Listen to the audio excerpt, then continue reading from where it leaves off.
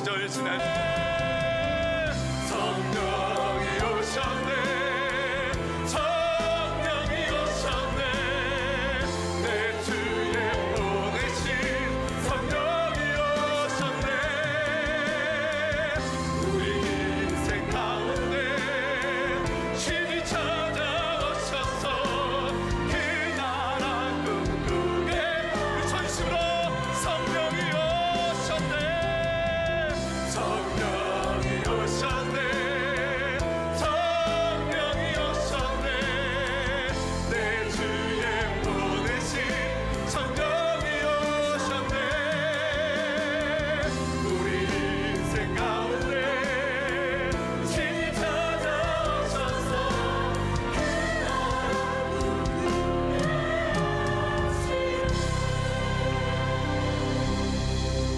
자, 오늘은 영적 전쟁에서 우리가 입어야 할 전신갑주를 이제 살펴보는 가운데 믿음의 방패입니다. 자, 전신갑주는 6가지예요. 첫 번째 3가지는 우리 진리의 허리띠 그랬습니다. 의의 호심경, 그리고 복음의 신발 그랬습니다. 자, 이 3가지는요 항상 착용하고 있어야 됩니다. 분리시키면 안 돼. 내 몸과 같이 딱 언제나 진리의 허리띠를 매야 되고, 그리고 의의 호심경을 붙여야 되고, 복음의 신발을 신고 있어야 돼요. 자, 그 다음에 3가지가 나오는데, 믿음의 방패, 구원의 투구, 성령의 검. 이 3가지는 착용하고 있지는 않지만, 그죠? 뭐 방패를 붙이고 다닐 수는 없잖아요, 그죠? 근데 항상 필요하면 언제든지 붙들어야 되는 것, 그게 3가지가 이 믿음의 방패, 구원의 투구, 성령의 검입니다. 자, 오늘은 이 두 번째 가운데 이 3가지 중에 첫 번째가 믿음의 방패입니다. 마귀는 굉장히 공격적이라고 그랬습니다. 공격적이에요. 그리고 이게 마귀와 이제 1대1에 싸울 때 이 방패는 굉장히 필수적인 것이죠. 로마 시대의 이 방패는 길이가 한 1.2에서 1.5cm, 그리고 폭이 한 60cm 정도, 굉장히 큰 사이즈의 방패입니다. 자, 이 방패는 일반적으로 안에는 나무로 되어 있고, 그리고 거기에 가죽을 붙이고, 그 다음에 또 이렇게 금속판을 붙이는 그런 그런 방패였습니다. 사이즈가 크기 때문에 온몸을 보호할 만한 그런 것이었고요. 특별히 이 불화살을 쏘았습니다. 그것은 이 화살의 촉의 손뭉치를 감싸고 있어서 거기에 불을 붙여서 이제 쏘면서 이제 화력을 이제 더 확대시킨 것입니다. 그러니까 한 방이라도 맞으면 치명상을 입을 수 있는 거죠. 언제 어디서든지 공격을 받을 수 있기 때문에 이 불화살, 날아오는 것을 막을 준비를 하고 있어야 합니다. 자, 마귀의 공격 앞에 우리에게 필요한 것은 믿음의 방패, 믿음의 방패라고 그랬습니다. 자, 이 믿음이라고 하는 단어는 우리가 일평생 교회를 다니면서 계속 듣는 것입니다. 우리의 신앙의 기초에 이 믿음이 있습니다. 믿음. 이 믿음으로 우리가 예수를 믿고 하나님의 자녀가 되고 신앙생활을 하고 있습니다. 만약에 믿음이 없다면 우리는 신앙생활을 존속할 수가 없죠. 자, 그런데 마귀는 우리가 믿고 있는 것을 공격하는 것입니다. 그래서 여러분, 믿음 생활을 뭐 잘하고 있어도 마귀가 쏜 이 불화살에 맞으면 휘청할 수 있습니다. 또 우리가 믿음의 여정에 아마 많은 분들이 이 믿음이 흔들릴 뻔했던 경험들이 누구나 있을 것입니다. 그리고 어떤 경우에는 그 믿음에서 미끄러지고 실패했던 적도 있을 거예요. 여러분, 이게 보통 때는 나무가 큰 거목이 흔들릴 것 같아 보이지 않는데 큰 태풍이 몰아치니까 어떤 때는 가로수가 넘어져 버리잖아요. 태풍이 오니까 그런 겁니다. 그러니까 마귀의 강도가 높은 시험이 오면 그냥 믿음이 휘청하거나 넘어질 수 있다는 겁니다. 아무리 믿음 생활을 잘하고 있는 사람이라도 믿음의 시험을 받을 수 있습니다. 고린도전서 10장 12절에 바울이 이런 얘기합니다. 그런즉 선줄로 생각하는 자는 넘어질까 조심하라 하는 겁니다. 늘 조심하라. 선줄로 생각한다는 말은 뭘까요? 믿음이 꽤 괜찮다고 여기는 사람, 나 이 정도면 괜찮아. 그런데 조심하라는 거예요. 넘어질 수 있다는 겁니다. 아니, 저 사람이 어떻게 넘어져? 저 사람이 어떻게 그런 시험에 들어? 근데 그렇게 걸리는 거예요. 그래서 오늘 성경을 보면 많은 사람들이 믿음의 길에서 넘어진 사람들이 한두 명이 아닙니다. 그러므로 우리가 전신갑주를 입어야 되고 믿음의 방패를 들어야 합니다. 마귀는 시시하게 공격하지 않습니다. 아주 그냥 급수를 정확하게 알고 무자비하게 공격하고 파멸에 이르도록 하는 것이 마귀가 하는 일입니다. 그래서 이 악한 자의 불화살은 우리의 믿음 생활 전체를 흔들어 놓을 수 있습니다. 그래서 마귀는 시험하는 자라고 해서 시험하는 자, 언제나 시험을 하는 거죠. 여러분, 시험에 걸려 넘어지지 않으려면 이 믿음의 방패를 늘 곁에 두어야 합니다. 이 마귀의 시험은 시시때때로 우리에게 오기 때문에. 자, 오늘 이 본문에 보면 모든 것 위에 믿음의 방패를 가지라, 모든 것 위에 이런 표현이 있어요. 이 말은 어떤 상황에서도 믿음의 방패를 놓치지 말라. 온갖 상황을 마귀가 사용하여서 우리를 넘어지게 하려고 하기 때문에 모든 것 위에 어떤 상황에서도 이런 표현이에요. 그러니까 마귀는 우리가 방패를 이렇게 느슨하게 붙잡고 있는 것을 기다리고 있는 겁니다. 그래서 방패는 멀리 두면 안 됩니다. 손에 딱 잡히는 데 가까이 있어야 돼요. 만약에 마귀가 공격하는데 어디 있더라 방패 찾다가 등 맞습니다. 그러니까 위험한 거죠. 언제든지 이게 붙들고 있어야 합니다. 자, 마귀가 쏘는 불화살은 어떤 것일까요? 뭐 어떤 것이든 가능합니다.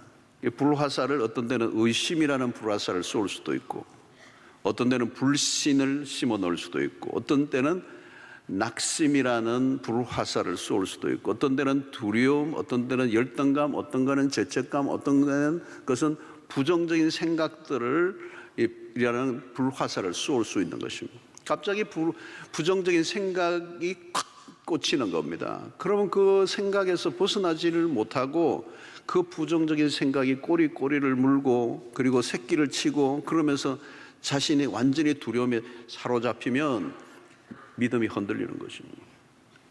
특별히 마귀가 우리의 믿음을 공격합니다. 우리의 신앙의 믿음의 근거들을 의심하게 한다는 거예요. 하나님의 존재 자체를 의심하게 하는 거예요. 여러분, 하나님이 우리가 믿지만 눈에 보이는 분은 아니잖아요. 우리가 어떻게 믿어요? 눈에 안 보이지만 믿음으로 보는 것입니다. 그런데 믿음이 약해지면 그 현실적으로 하나님이 안 계신 것처럼 하나님에 대한 신뢰가 약해지는 것입니다. 여러분, 우리의 믿음은 우리의 현실에서 계속해서 마귀가 눈에 보이는 것들이 아니면 증명해 보이라고 그러죠. 하나님을 증명할 수가 있겠습니까, 여러분? 믿음으로 우리가 신뢰하는 것이지. 그런데 신이 어디 있느냐, 천국이 어디 있느냐, 이 한 번 시험에 들기 시작하면 걷잡을 수 없게 되는 것입니다. 교회 미래를 연구하는 이 학자가 있는데요. 최근에도 우리 교회에 여러 번 오셨는데 이분의 이제 이 책을 보면 한국 교회가 싸우는 이 가장 치열한 싸움은 이단이나 아니면 타종교가 아니라는 거죠. 가장 강력한 이 상대가 누구냐? 무신론이라는 것입니다. 무신론. 그래서 이 각종 통계치를 우리가 보면 2050년 정도, 이 통계치 그대로 가면 2050년이면 한국은 완전한 무신론 국가가 된다는 거예요. 그러니까 여러분, 종교 자체에 관심을 가지지 않는 사람들이 늘어난다는 거예요. 이것은 세속사회의 특징입니다. 이미 서구가 우리에 앞서서 그것을 발로왔어요. 신에 대한 부정, 그 종교 자체에 대한 반발 정도가 아니고 무관심, 이 마귀가 퍼뜨리는 불신의 그런 전략이죠. 마귀는 하나님의 존재 자체를 의심하게 하고 성경을 의심하게 만들고, 그러니까 여러분, 그 불신이 밀려올 때 굉장히 위험해지는 것이죠. 여러분, 우리의 믿음을 점검해 보아야 합니다. 나의 믿음은 안전한가? 여러분, 무신론자와 맞붙어도 이길 수 있는 준비가 되어 있느냐? 우리 시대는 의심이라는 질병에 감염되어 있습니다. 지금은 무식한 무신론자들이 아니라 유식한 무신론자들도 꽤 있습니다. 이 유식한 무신론자라는 말은 이 무신론에 대한 어떤 신앙심을 갖고 있는 사람들이에요. 신이 없다는 것을 무조건 우기는 게 아니라 없다는 것에 대한 상당한 이론적 근거를 가지고 신앙하는 사람들, 이런 사람들이 늘어나고 있어요. 마귀가 활동하는 영역들입니다. 여러분, 이들은 성경도 꽤 알아요. 모르는 게 아니고. 그러니까 우리가 믿고 있는 이 믿음에 대해서 무신론자들과 함께 맞붙어서 정말 내가 내 신앙을 표현하고 또 그들과의 싸움에서 지지 않을 만한 믿음의 근거를 내가 확보하고 있는가, 이게 굉장히 중요한 거죠. 여러분, 교회를 다닌다고 그냥 저절로 믿음이 생기는 건 아니에요. 어떤 분은 내가 교회를 다니고 있다는 것이 믿음 생활이라고 생각하고 있는 분들도 있을 거예요. 다른 거예요, 여러분. 특별히 오늘날 우리의 문화 속에서 이런 이 기독교에 대한 또 신에 대한 적대적인 이 문화는 앞으로 더 커지기 때문에 우리의 믿음의 근거를 확보해야 되고 그 믿음의 건강성을 계속 점검하지 않으면 나도 모르게 이 세상의 문화에 이제 흡수가 되고 만다는 거죠. 특별히 여러분, 오늘날 예를 들면 동성애 문제를 한번 생각해 봅시다. 동성애는 동성애 문제로만 끝나지 않습니다. 그 안으로 들어가면 신에 대한 저항 문화가 숨어 있습니다. 성의 혁명이죠. 또 다르게 표현하면 인간이 신이 되려는 시도. 또 왠지 신이라는 존재는 부담스럽고 뭔가 죄의식을 심어주고 심판을 말하는 것이는 부담스러운 거. 그리고 내가 내 삶의 주체지 내 말고 다른 어떤 힘이 나를 통제할 수 없다고 하는 생각을 하는 것입니다. 최근에도 캐나다에서 일어난 일이에요. 아기를 안고 있는 어느 부모에게, 아기를 안고 있으니까 딸인가요 아들인가요 물으니까 그 엄마의 대답이 놀라워요.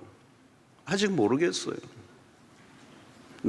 얘가 남자로 살 것인지 여자로 살 것인지는 이 아이가 커서 자신이 스스로 결정하도록 해주어야 된다는 거예요. 그러니까 정해진 성이 아니고 자신이 성을 결정하도록 권한을 개인에게 주라는 이 문화예요. 이것은 소위 오늘날 말하면 소위 성적 자기 결정권이라고 하는 얘기인 것이죠. 굉장히 무서운 것이죠, 여러분. 이 동성애와 같은 문화의 저변에는 하나님에 대한 의심을 넘어 저항의 문화가 깔려 있습니다. 문화적으로 공세가 심어지고 반항의 시대라고 이게 충분히 할 만한 그런 문화 속에 우리가 살고 있습니다. 이런 시대 속에 마귀는 적당한 타협선을 찾아서 살라고 얘기하는 거죠. 그래서 아차하는 순간에 신앙의 영역에서 이제 배교의 시대가 이제 열리는 그런 시대를 우리가 지금 살고 있는 겁니다. 적당히 타협을 하라는 요구에 시달리게 되는 거죠. 너 너무 그렇게 꽉 막힌 사람처럼 살지 마. 너무 고리타분하잖아. 당신 지성적인 사람인데 왜 그래? 동정녀 탄생 말이 돼? 비과학적이잖아. 이 마귀가 속삭이는 것이죠, 여러분. 우리의 마음을 흔들어 놓고 우리의 생각에 어떤 영향을 주기 시작하는 것이죠. 그래서 신자라 할지라도 세상의 영향력 아래에서 조금씩 무너져 내리도록 마귀는 교묘하게 공격을 한다는 거예요. 그래서 마귀가 하는 말에 귀를 기울이고 있으면 당하게 되는 겁니다. 사탄은 우리가 믿고 있는 것에 의심을 불어넣어 주는 거죠. 믿음의 삶을 살아왔는데 어느 순간 갑자기 낙심이 찾아옵니다. 그 사탄의 불화살을 맞으면 그렇게 되는 거예요. 특별히 언제 그렇게 됩니까? 내 삶에 어려움이 찾아왔을 때. 믿음으로 산다고 항상 승승장구하는 것은 아니죠. 믿음의 삶을 산다고 노력해 왔는데 인생의 시련이 찾아올 때, 그 시련이 우리의 삶을 흔들어 놓습니다.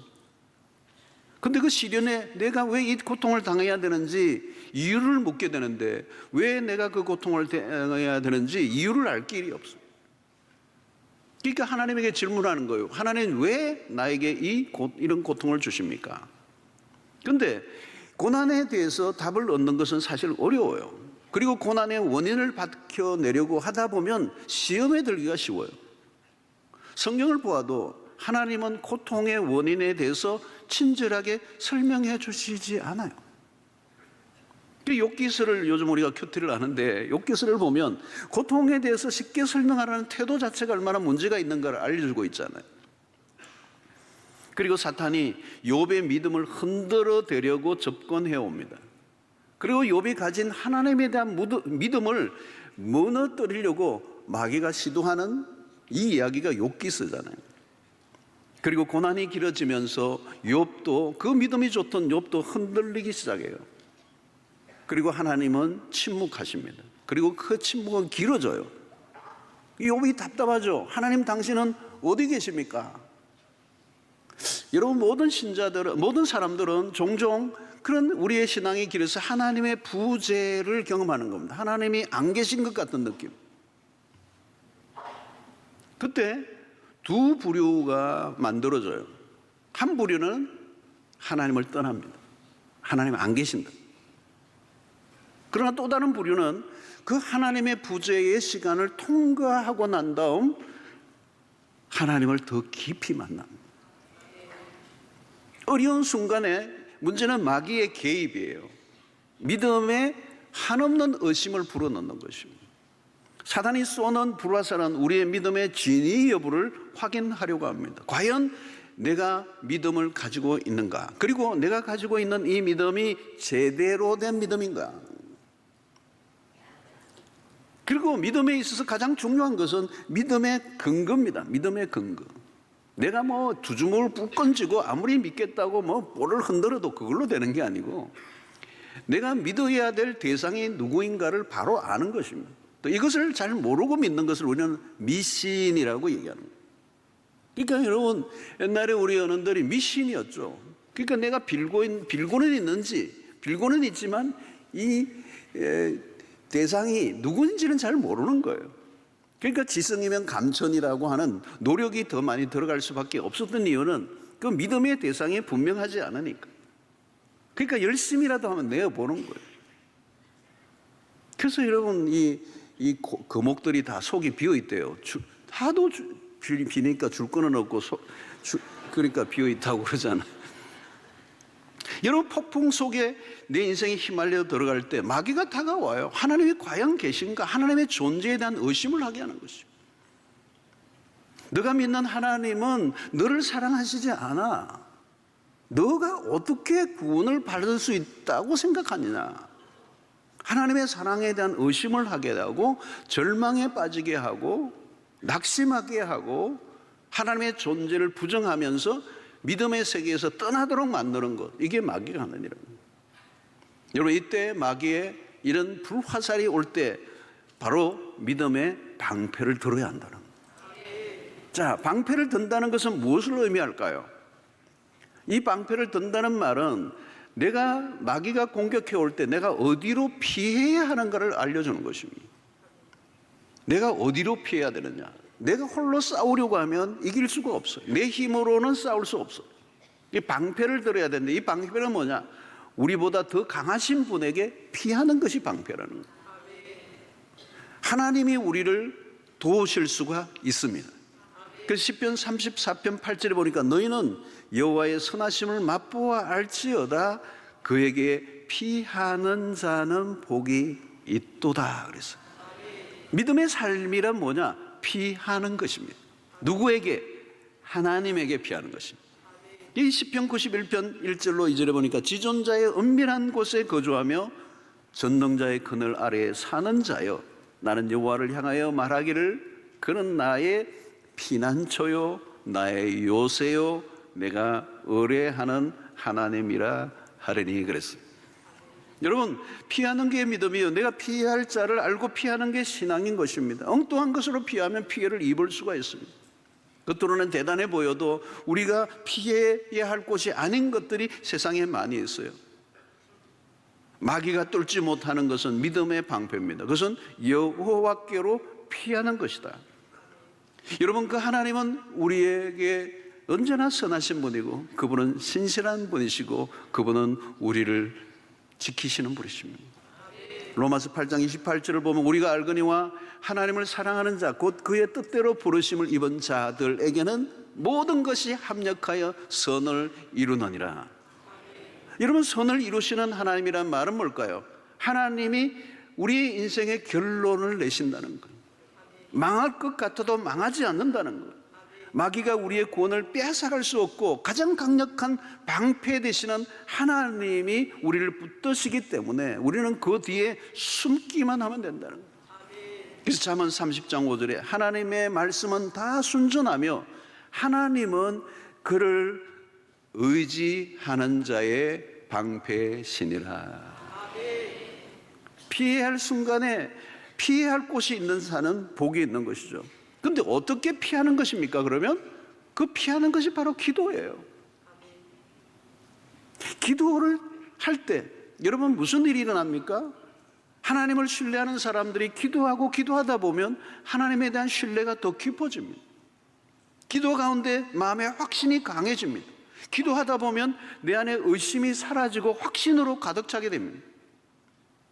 기도를 통하여 믿음이 강화됩니다. 기도하는 동안에 하나님에 대한 신뢰가 깊어지기 때문에 기도하기 전과 이후는 완전히 달라요. 그래서 기도하는 동안에 그 하나님에게 우리가 하나님에 대한 신뢰가 깊어지면서 우리 안에 불안정함 그리고 우리의 불안함이 떠나가고 평안이 밀려오고 흔들렸던 마음이 다시 견고해지는 역사가 일어납니다. 이게 하나님께 피하는 것입니다. 그분이 우리의 방패가 되십니다. 하나님을 의지하는 자가 복이 있습니다. 자, 또 하나 방패를 든다는 것은 하나님의 말씀을 붙드는 거예요. 여러분, 사탄이 하는 일이 뭐냐면 벌어진 상황과 사건을 가지고 공격합니다. 자, 봐라. 하나님이 계시다면 어떻게 이런 일이 일어날 수가 있냐? 이런 공격이죠, 여러분. 하나님이 계신다면 어떻게 너에게 이렇게 하실 수 있어? 마귀는 상황에서 빠져나오지 못하도록 몰아갑니다. 여러분, 우리의 삶에 우여곡절이 얼마나 많아요. 전쟁터 같은 세상을 우리가 살아가는 동안에 우리의 삶이 얼마나 많은 일들이 시련이 닥칩니까? 그 밀고 들어오는 시련 앞에 우리의 삶이 흔들릴 수가 있어요. 그 고난의 순간 상황을 받아들이기가 어려워요. 왜 이런 일이 나에게 닥쳤습니까? 괴로운 거죠, 여러분. 근데 그때 마귀가 자꾸 흔드는 거예요. 힘들어져 있는 순간 마귀는 계속해서 불화살을 쏘아대면서 자기 연민에 빠지게 하고 때로는 죄책감에 빠지게 하고 두려움에 휩싸이게 하고 절망에 그냥 상황 속으로 밀어넣어 버려요. 이때 여러분, 우리는 그 불화살, 사탄에게는 불화살이 있다면 우리에게는 믿음의 방패가 있어요. 그 방패를 사용해야 되는데 어떻게 사용해야 되느냐? 하나님의 말씀을 붙들어야 된다는 거잖아요. 상황이 아니라 하나님의 말씀을 붙들어야 된다는 것입니다. 여러분, 예수님도 마귀가 이 돌들이 떡이 되게 하라라고 하는 이 시험은 정말 시적절한 40일 동안 굶주려 있는 예수님에게 있어서 이 돌들이 떡이 되게 하라는 이 상황보다 더 시급한 게 어디 있겠어요, 여러분? 그러니까 사단은 상황의 시선을 고정하게 만듭니다. 그러면 넘어지는 것입니다. 예수님은 배고픈 상황보다 하나님의 말씀을 붙들었습니다. 지금 눈앞에 펼쳐진 상황이 아무리 최악이라 해도 그게 전부가 아닌데 마귀는 그게 전부라고 여기는 거예요. 너 이거 아니면 끝이 나, 끝장나, 너 망했어. 여러분, 우리가 마귀의 말에 귀를 기울이면요 실패하게 되는 것입니다. 우리에게 필요한 것은 하나님의 말씀입니다. 믿음이 말씀과 결합될 때 능력이 나타나는 겁니다. 지금 일어난 사실보다 하나님의 말씀이 더 중요합니다. 나에게 일어난 감정의 상태보다 하나님의 말씀을 더 신뢰해야 합니다. 원수 마귀는 우리에게 상황을 보라고 말합니다. 그러나 상황을 보면 답이 없어요. 두려움이 밀려옵니다. 영적 전쟁은 이 일상에서 늘 일어나는 것입니다. 그 순간에 우리는 마귀에게 신속하게 공격해야 합니다. 우물쭈물하면 안 되고요. 즉각적으로 하나님의 말씀을 붙들고 선포해야 하는 것입니다. 믿음의 근거는 하나님의 말씀입니다. 우리는 그 말씀이 이루어질 것을 믿습니다. 아무리 힘들어도 우리가 결론을 낼 수 없는 이유는 하나님의 말씀이 이루어지기 때문에 내 감정보다 하나님의 약속을 붙들 때 마귀는 떠나가게 될 줄로 믿습니다. 여러분, 말씀을 붙들지 않으면요, 마귀의 소리가 더 크게 들려와요. 말씀을 의심하게 하는 겁니다. 그러면 의심의 터널 안으로 들어가 허우적거리게 되고 마귀가 쏘는 불화살을 맞고 나가 떨어지는 겁니다.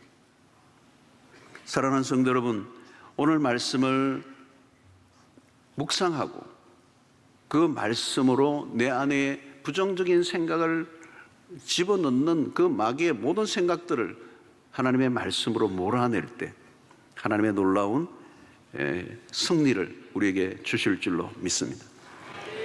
여러분, 우리가 우리의 인생 가운데 어려운 일이 일어날 때 때로는 그 답을 얻지 못할 때 마귀가 공격을 하지만 우리에게 필요한 것은 하나님의 말씀이죠. 욥기서에서도 하나님은 욥의 고난 속에 오랫동안 침묵하시죠. 그리고 그 침묵을 언젠가는 깨요. 그리고 욥기서 38장에서부터 하나님이 비로소 그 침묵을 깨고 등장하십니다. 그리고 욥에게 질문을 던져요. 너가 무엇을 알고 있느냐? 그러면서 여러분 38장 이후에 읽어보면 하나님이 구체적으로 동물들 여기에 있는 모든 이 우박 창고를가 아느냐, 며칠 전에 우박이 막 떨어졌잖아요. 별걸 다 물어보세요. 막 질문이 쏟아져요. 욥은 한마디도 못해요. 그러니까 하나님이 욥에게 질문하시는 이유는 욥이 대답할 것을 아시고 질문하신 게 아니고 답은 욥이 답 못하죠. 답할 게 하나도 없어요. 자기가 무지하다는 걸 깨닫게 되죠. 그리고 하나님은 욥의 무지를 깨우쳐 주세요. 그리고 하나님이 가르쳐 주시는 것은 답은 나만 안다. 그걸 가르쳐 주시는 거예요. 답은 나만 안다. 너는 나를 믿어라. 여러분, 이게 욥기서의 핵심이에요. 고난은 해석하기 어려운 난해함이 있습니다. 고난은 설명을 하려고 하면 안 돼요. 여러분, 욥의 친구는 설명하려고 하는 거잖아요. 욥도 마찬가지로 한번 흔들리죠. 왜 하나님 내가 이렇게 고난을 받을까? 입이 막 나와서 욥이 막 말을 하기 시작해요. 근데 나중에는 후회하고 회개합니다. 내 무지함을. 하나님이 요구하시는 건 뭘까요? 그럼에도 불구하고 너는 나를 하나님으로 믿느냐는 거죠. 하나님의 말씀에 대한 믿음을 원하시는 거예요. 절망적인 상황 속에서도 하나님을 포기하지 않는 게 믿음이다. 시시각각으로 변하는 내 마음, 내 감정, 일어난 상황을 믿지 말고 나를 믿어라라고. 여러분, 우리가 경험한 것을 믿으려고 할 때가 있어요. 내가 한 3, 40년 경험해 보니 여러분 3, 40년 경험한 것과 하나님의 말씀과 비교가 되겠습니까? 우리는 우리 자신을 신뢰해서는 안 됩니다. 일어난 상황을 보고 결론을 내어서도 안 됩니다. 하나님에 대한 신뢰는 단순히 감정적인 것만도 아니에요. 내가 살아온 삶을 통해 체험했던 그 하나님이 하나님의 전부라고 보면 안 돼요. 하나님의 말씀에 근거해야 하는 것입니다. 어려움이 닥칠 때마다 우리는 하나님의 말씀을 들여다보아야 합니다. 마귀는 어떻게 해서라도 우리를 하나님으로부터 멀어지게 하고 말씀으로부터 멀어지게 합니다. 말씀을 가까이 하지 않으면 믿음은 작아지고, 믿음이 작아지면 상황은 커지고, 그 커져버린 상황은 나를 집어 삼켜버리게 하는 것입니다. 사단은 욥을 까닭 없이 하나님을 섬기는 것이 아니라고 시비를 걸어요. 뭔가 까닭이 있어서 당신을 섬긴다고. 그런데 여러분, 욥기서를 우리에게 주시는 메시지는 뭐예요? 그는 어떤 까닭이 있기 때문에 하나님을 섬기는 사람이 아니에요. 그런 무슨 일이 일어난다 할지라도 하나님을 하나님으로 인정한 삶을 살았어. 마침내 그가 이기죠. 여러분, 세상을 사는 동안에 믿음으로 산다는 것은 어려운 일입니다. 하나님도 그것을 아세요. 이 믿기 어려운 세상 속에서 믿음을 지키려고 애를 쓰는 것을 주님은 아세요. 믿음이 흔들릴 때도 있지만 믿음을 지켜가는 일을 하고 있는 그 자체가 얼마나 소중한지, 그래서 믿음이 하나님을 기쁘시게 하는 거예요. 너는 정말 믿을 수 없는 이 세상 속에서도 나를 믿는구나. 그래서 내가 그 너의 믿음으로 인하여 나는 너를 기뻐한다. 여러분, 히브리서 11장 6절의 말씀이 그겁니다. 믿음이 없이는 하나님을 기쁘시게 하지 못한다는 거예요. 하나님께 나아가는 자는 반드시 그가 계신 것과 또한 그가 자기를 찾는 자들에게 상 주시는 이심을 믿어야 할지니라.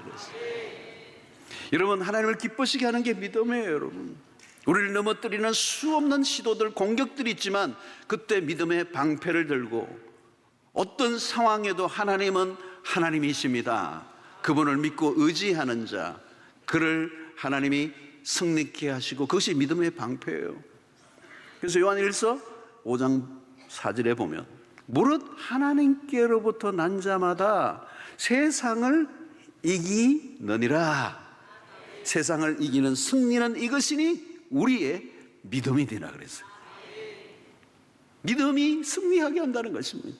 믿음은 시련을 이기게 합니다. 믿음은 고난 가운데서도 기쁨을 유지하게 합니다. 믿음은 두려움을 통과하게 한다는 것입니다. 뿐만 아니라 이 믿음의 방패는, 놀라운 것은 연합전선이에요. 이 로마의 군사들은 연합전선을 폈습니다. 여러 사람이 서로 방패를 연결해서 공격에 빈틈을 주지 않는 거예요. 그래서 방패와 방패를 연결시키는 겁니다. 그래서 아주 그 옆에 있는 방패와 이 방패가 설계되어 있는데 딱 맞춰지게 되어 있어요. 퍼즐처럼. 그러면 이 전열 앞에 있는 군사들이 그 꽉 짜여진 방패를 가지고 전진하고 행군을 하는 거예요. 자, 이것은 뭘까요, 여러분? 우리의 영적 싸움에서 연합이 중요하다는 거예요. 믿음이 흔들릴 때 믿음이 좋은 사람 곁에 붙어야 돼요. 자기도 믿음이 흔들하는데 더 흔들하는 사람 만나. 그러면 갈 길이 없는 거예요, 여러분. 여러분, 믿음이 흔들릴 때는 믿음이 강한 사람들 옆에 가세요. 붙으세요. 그러니까 좋은 공동체가 뭐예요, 여러분? 좋은 공동체는 딴 게 아니에요. 내 주변에 믿음이 좋은 분들이 많이 있는 거예요. 그래서 내가 흔들릴 틈이 없어. 내가 좀 흔들리면 주변의 사람들이, 강한 믿음의 사람들이 딱 붙어가지고 같이 도와주니까 금방 일어서는 거예요. 마귀가 공격하려고 하는데 그냥 딱 스크랩을 짜가지고 내 주변에 사랑방이 딱 보호를 해주니까 흔들 겨를이 없어. 여러분, 내가 믿음이 약하고요, 흔들리면요, 제발 붙으세요. 믿음 좋은 분. 그리고 믿음이 약한 분 만나지 마세요. 만나고 오면 헷갈려 계속. 그래, 맞지? 안 가야 되지? 안 해야 되지? 그러면 그 약한 분을 만나지 말라면 그분 어떻게 방치해야 되면 그건 아니에요. 그래서 내가 믿음이 잘하면 다시 만나도 돼요. 내가 만나서 그에게 영향을 안 받고 영향을 줄 수 있으면 만나야 돼요. 영향을 줄 수가 없는 사람이 영향을 받고 오는데, 좋은 영향이 아니라 안 좋은 영향을 받고 오는데, 그러면 아직 안 된 거거든요. 믿음이 자라가야 돼요. 여러분, 의지할 만한 사람이 많은 곳이 좋은 공동체입니다. 만나면 믿음의 활력을 불어넣어주는 형제 자매가 많은 곳이 좋은 교회입니다. 함께 마음을 모아 믿음으로 대응하면 훨씬 더 강력해집니다. 여러분, 기도도 혼자가 아니고요, 함께 해보세요. 강력해져요. 부부도, 여러분, 부부가 같이 손잡고 기도하면요, 그 기도가 강력해져요. 당신도 기도하고 나도 기도, 그게 같이 하셔야 돼요. 모여서 기도해야 돼요. 우리 교회 철야 기도가 그렇잖아요. 모여서 그냥 하니까 얼마나 강력해요. 그러니까 뭐 전국에서 우리 철학에 이 탐방 오는 일들이 희한한 일들이 일어나요. 매주 지금 있잖아요, 여러분. 그냥 오니까 여기는 불덩어리가니까. 사람 성도들이 모여진 마음을 모아 기도하는 거기에 가공할 만한 힘이 나오고, 믿음과 믿음이 만나면 시너지가 일어나고, 기도와 기도가 만나면 시너지가 일어나고, 그 믿음의 공동체에서 일어나는 그 발화하는 힘이 강력하기 때문에 마귀는 한 길로 왔다가 일곱 길로 떠나갈 줄로 믿습니다. 그래서 전도서 4장 12절이 그 말씀하잖아요. 한 사람이면 패하겠거니와, 혼자는 피한다는 거예요. 두 사람이면 맞설 수 있나니 세 겹줄은 쉽게 끊어지지 아니하느니라. 세 사람만 모여도 강력해진다는 겁니다. 예, 그러면 10사람이 모이면 어떻게 되겠어요, 여러분? 그러니까 엄청난 화력을 발휘하게 되는 것입니다. 여러분, 마귀의 공격에 필요한 것은 우리의 믿음입니다. 이 믿음을 가진 사람들이 마음을 모아 함께 기도할 때 무적이 돼요. 나만의 믿음으로는 흔들리기 쉽지만 믿음을 가진 다른 지체들과 함께 만나 마음을 같이 하고 살아갈 때 우리의 믿음이 증거하게 되고, 함께 하는 것은 대단한 일이에요. 마귀를 두려워하게 하는 것입니다. 여러분, 가정에서도 가장이 믿음의 방패를 드셔야 돼요. 그래서 가족들을 보호해야 돼요. 남자들이 거룩한 손을 들고 기도하는 거죠. 제사장적 기도를 드려야 돼요. 1세대가 믿음의 방패가 되어줘서 2세대, 이 세속화되고 끊임없이 무신론화되어가는 이 시대 가운데 1세대가 믿음의 방패를 들고 있어야 돼요. 그리고 불화살을 쏘는 이 의심과 불신앙에 그냥 반역의 불화살을 쏘는 이 맹렬한 공격 앞에 부모의 세대들이 지켜줘야 우리의 다음 세대가 믿음으로 보호받게 될 줄로 믿습니다. 믿음의 방패를 여러분 우리가 가지고 있는지 확인해야 돼요. 여러분, 어설픈 믿음으로는 안 돼요. 세상이 얼마나 힘들고 험하고 여러분 마귀가 얼마나 악합니까? 무자비하잖아요. 불신의 세상으로 몰아가는 이 세상, 믿음과 정반대의 세상, 이성이 신이 되고 과학이 신이 된 세상, 우리도 모르게 느슨해지고 우리로 하여금 우리도 모르게 변절되게 만드는 이 문화 안에서 우리가 들고 있는 믿음의 방패를 확인해야 합니다. 내 방패는 이상이 없는가? 그 불화살에 그냥 한 방에 맞으면 그냥 불타버리고 그냥 구멍이 뚫려버리는 믿음의 방패는 아닌가? 여러분, 무엇을 구해야 할까요? 하나님에게 구해야 할 것은 믿음을 달라고 기도하셔야 돼요.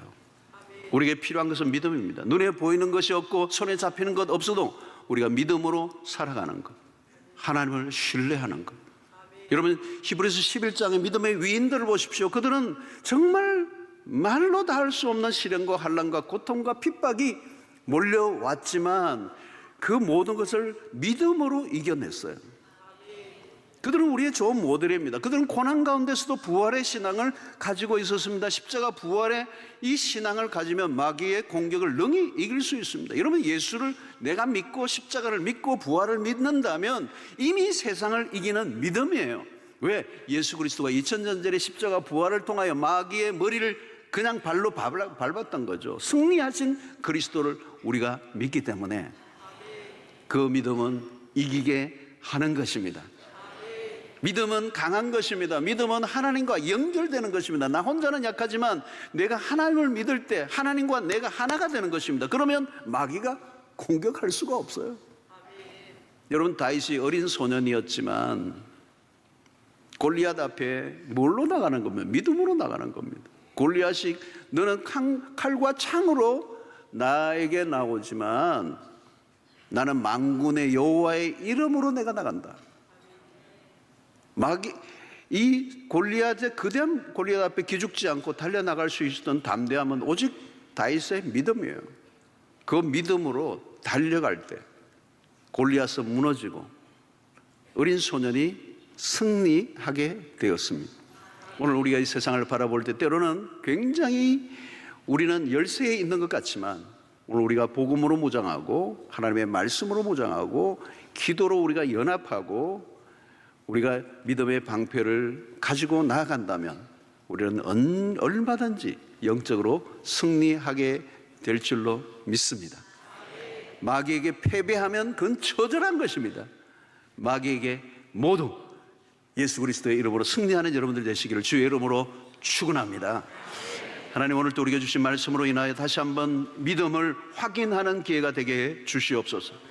세상을 이기는 믿음을 가지게 하여 주시고 마귀를 이기는 믿음 가지게 하여 주시옵소서.